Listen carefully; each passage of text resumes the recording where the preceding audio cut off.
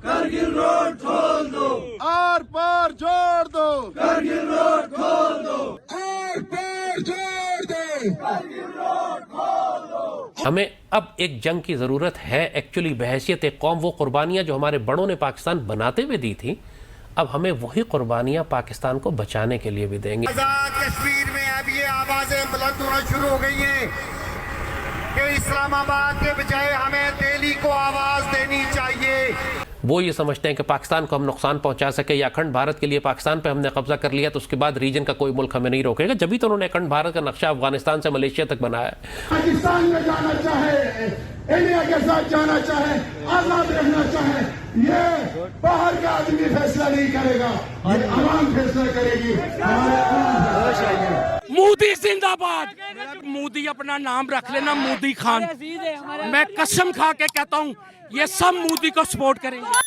प्रधानमंत्री नरेंद्र मोदी के पीओके दौरे के बाद एक बार फिर से पीओके और पाकिस्तान के सिंध बलूचिस्तान के लोगों ने खुद को भारत में शामिल किए जाने की मांग को तेज कर दी है। इससे पाकिस्तान में खलबली मची हुई है। पीओके के लोग खुद को भारत में शामिल करने के लिए पाकिस्तान सरकार के खिलाफ नारेबाजी कर रहे हैं। ये तीनों ही इलाके भारत में शामिल होना चाहते हैं। यहाँ पहले भी कई बार स्थानीय निवासियों ने खुद को भारत में शामिल करने की मांग कर चुके हैं। ऐसे में पाकिस्तान के टुकड़े टुकड़े होने तय है। माना जा रहा है कि पाकिस्तान की नक्शा फिर से बदलने का वक्त बिल्कुल नजदीक आ गया है। वैसे तो सिंध और बलूचिस्तान में पाकिस्तान के खिलाफ बगावत लंबे अरसे से चलती आ रही है। पाकिस्तान के कब्जे वाले कश्मीर से ऐसी आवाजें उठ रही है कि पाकिस्तान सरकार की रातों की नींद उड़ गई है। मोदी सरकार ने ऐसे दाव चला है कि बिना तोप और बंदूक के पाकिस्तान के टुकड़े टुकड़े होने के कगार पर है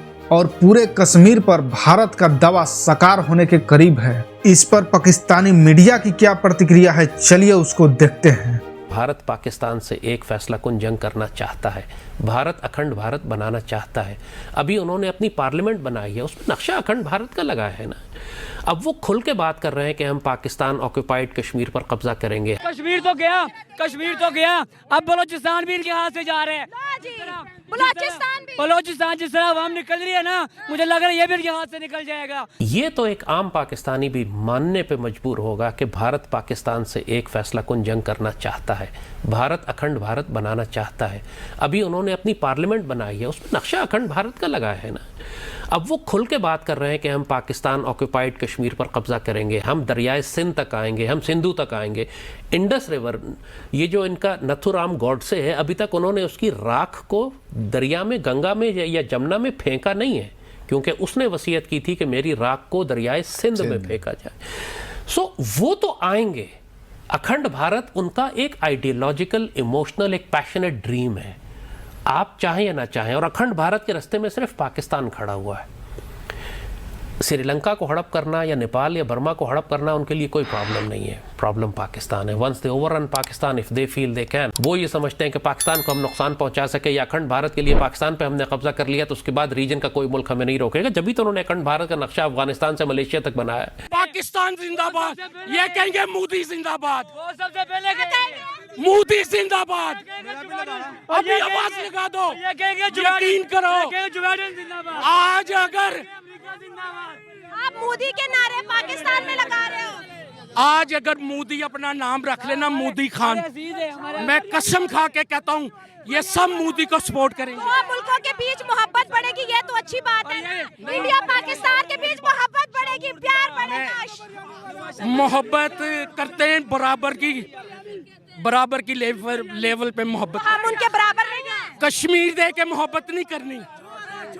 कश्मीर तो क्या, कश्मीर क्या, तो इन्होंने बेचा ना कश्मीर क्या, कश्मीर को इन्होंने बेचा है। कश्मीर चला गया, अब आगे की बात करो। कश्मीर क्या, ने तो कश्मीर के नाम पर इंडिया के साथ ट्रेड तक बंद करा दी कि कश्मीर वापस चाहिए। वापस नहीं चाहिए, उसने कश्मीर का सौदा किया और कश्मीर आज हमारे हाथ से निकल गया। किसने झूठा बेलानत, मैं बोलूं झूठ बेलानत, तू बोले झूठा, इमरान खान झूठा। लोगों के खाने के मसाइल, इन्फ्लेशन आप देखिए, अंदरूनी एतबार से हम खल्फिशार का शिकार, एटम बम तो हमने बना लिया, ठीक है, लेकिन बाकी अब्दुल बासित भाई, कम से कम हम पाकिस्तानियों को इस बात में शक नहीं करना चाहिए। अभी हमारे हमसाए में अफगानिस्तान था जिस पर 40 साल के अंदर 2 सुपर पावर्स ने कब्जा किया। पहले रशियंस, सोवियट्स आए, उसके बाद अमेरिकन आए। लेटेस्ट हिस्ट्री में, दुनिया के पिछले कई सौ साल की तारीख में कभी ऐसा नहीं हुआ कि एक मुल्क पे 50 साल के अरसे में 2 सुपर पावर्स ने कब्जा किया हो और दोनों शिकस्त खा के निकल गई। अफगान तालिबान या मुजाहिदीन के पास क्या था? आप ये समझते हैं कि पाकिस्तानियों में इतनी रेजिलियंस रह गई है? मुझे उसमें कोई शुबा नहीं है जी। पाकिस्तानी कौम, हम डेकेडेंस में चले गए हैं, हम आपस में नाइत्तफाक़ी का शिकार हैं, लेकिन यही मैदान जंग, यही वो आग और खून की भट्टी है जो हमको कुंदन बनाएगी। हमें अब एक जंग की ज़रूरत है एक्चुअली, बहैसियत एक कौम। वो कुर्बानियाँ जो हमारे बड़ों ने पाकिस्तान बनाते हुए दी थी, अब हमें वही कुर्बानियाँ पाकिस्तान को बचाने के लिए भी देंगे। इसलिए कि इंडियंस तो आ रहे हैं, आज आएँ, अगले महीने आएँ, 6 महीने बाद आएँ, 1 साल बाद आएँ, इलेक्शन जीतने के लिए आएँ या उस जीत कर आएँ, दे आर कमिंग। और हमारा जितना भी ईस्टर्न बेल्ट है, हमारे रिवर इंडस की जो ईस्ट साइड है, जो हमारा सारा पंजाब और सिंध बनता है, हमारा कश्मीर बनता है, यहाँ पे बड़ी खुरेज जंग होगी। पैटर्न वही होगा जिस वक्त यूक्रेन में आप रूस की जंग देख रहे हैं कि एक large part of Ukrainian territory was occupied by the Russians, और उसके बाद एक काउंटर अटैक और रेजिस्टेंस शुरू हुई जो कि साल 16 महीने हो चुके हैं।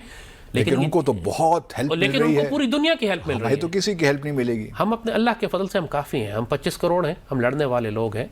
हमारे पास अगर सिर्फ सिविलियंस के पास भी, पश्तून ट्राइबल एरिया तो बलूचिस्तान में भी और हमारे बलूचिस्तान सिंध के हुर, हमारे अपने शहरों में हम आराम से 2-2.5 करोड़ राइफलें निकाल सकते हैं सिविलियंस के पास। कश्मीर नहीं जा सकता, जान दे देंगे इंशाल्लाह। कश्मीर नहीं जा सकता, अल्हम्दुलिल्लाह, ये मैं बता दूं आपको। मैं भारतीय मीडिया की मैंने न्यूज सुनी है, कहते हैं सर्जिकल स्ट्राइक झूठा है, उनका तो बाप दादा कोई नहीं है। पता नहीं हराम दी ला देगी हो। हाँ जी, अब क्या होगा? अमन की बात करो, मोहब्बत की बात करो। अमन की अगर वो चाहेंगे तो इंडिया नहीं करेगा, अमन के साथ नहीं कश्मीर देगा। ये जहाद ही होगा, और जहाद जब तक नहीं होगा इन्होंने कश्मीर नहीं देना। अगर ताकत की बात करें, उनके पास मिसाइल, लेटेस्ट टेक्नोलॉजी, आप किस गलतफहमी में है? किस गलतफहमी में है आप? हमारे पास बहुत कुछ है, वो गलतफहमी में ना रहे। ठीक हो गया। हमारे जो जवान है, फौजी जवान, कोई आम नहीं है, वो आम जवान नहीं है, वो अल्लाह की तलवार है सारे। और पहले राजनाथ सिंह और अमित शाह भी कह चुके हैं कि अब पीओके लेने का वक्त आ चुका है। भारत की संसद में पाकिस्तान अधिकृत कश्मीर को लेकर एक सर्वसम्मत प्रस्ताव पारित है कि वो भारत का हिस्सा था, है और आगे भी रहेगा।